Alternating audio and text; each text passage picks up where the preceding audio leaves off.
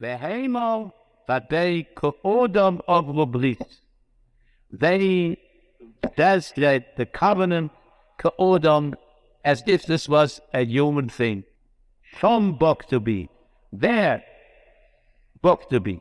There, in that particular instance, they considered it human, and therefore they became unfaithful to me. Now, the Navim have explained this like this. Adam Rishon was in Gan Eden.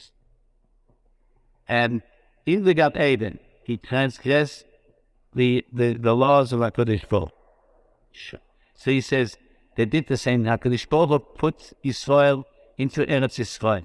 It was a veritable Gan Eden, physically, in every respect, materially, spiritually. It was like Gan Eden. The Gan Eden. The Shechina was with them.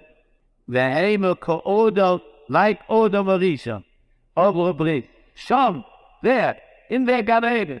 Bok to be, they became Bogdim. It means unfaithful to me.